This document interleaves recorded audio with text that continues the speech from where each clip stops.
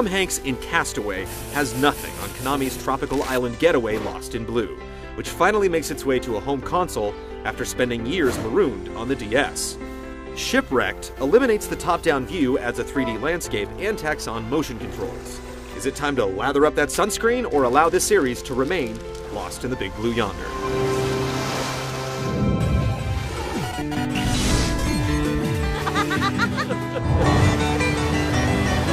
Tragedy strikes when a fire aboard a cruise ship sends all the passengers scrambling for lifeboats.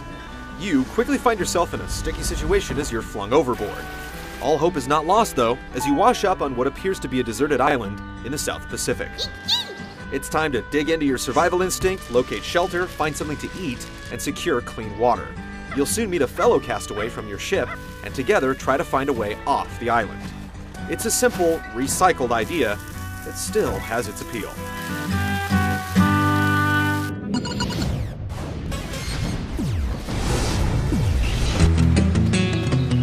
Lost in Blue's single-player survival mode is substantially long. You'll start out on a tiny island all by yourself as you learn the fundamentals of hunting and gathering. The training wheels quickly come off as you construct a makeshift raft and head over to an adjacent and much larger island where you meet Lucy. Lucy Ray, nice to meet ya. It's all about keeping her happy. Hunger, thirst, and stamina must all be satisfied for both characters constantly, or their overall health meter will falter. A single sip of water fills them up, and sleeping each night restores their stamina. The biggest survival challenge is maintaining a grip on their ravenous appetites.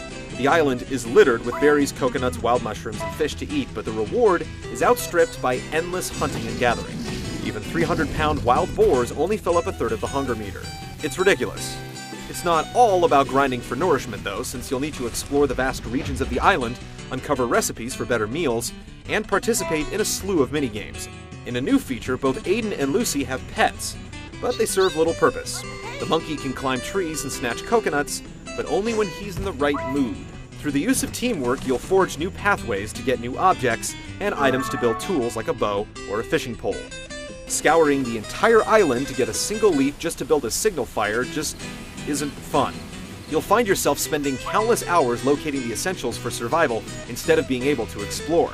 Survival always comes first, and it's a constant battle. With every passing day, the game feels more and more like Groundhog Day as the routine sets in.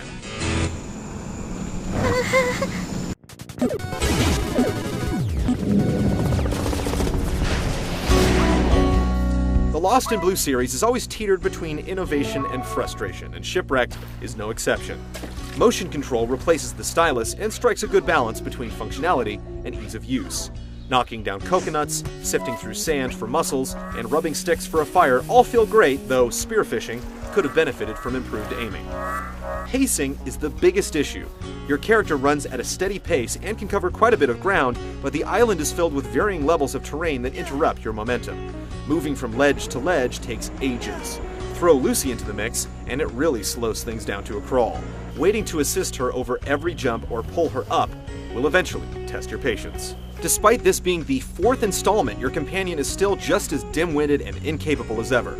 Like babysitting a 3-year-old, you'll need to physically hand her a water bottle or take her to the nearby waterhole just to drink.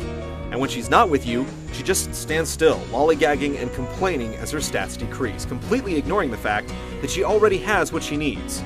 She's capable of cooking, but only when asked, and even then, she groans or turns you down.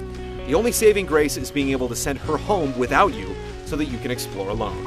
A more user-friendly interface could have made it much easier and faster, and overall, Lost in Blue Shipwrecked goes out of its way to be annoying to play.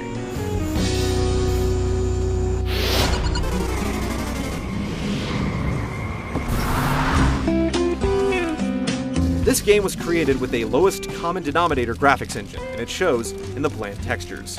The surroundings are passable with reflective water, convincing shrubbery, and weather patterns, but on this 3D island, spotting ledges to climb down from can be difficult.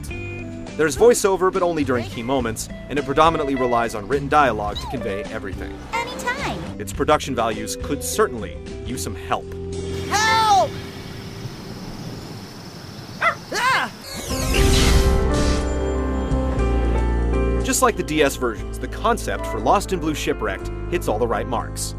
It's the execution that fails. A stupid, impractical AI companion and unrealistic stat maintenance make playing it just about as much fun as being stranded on an island in real life.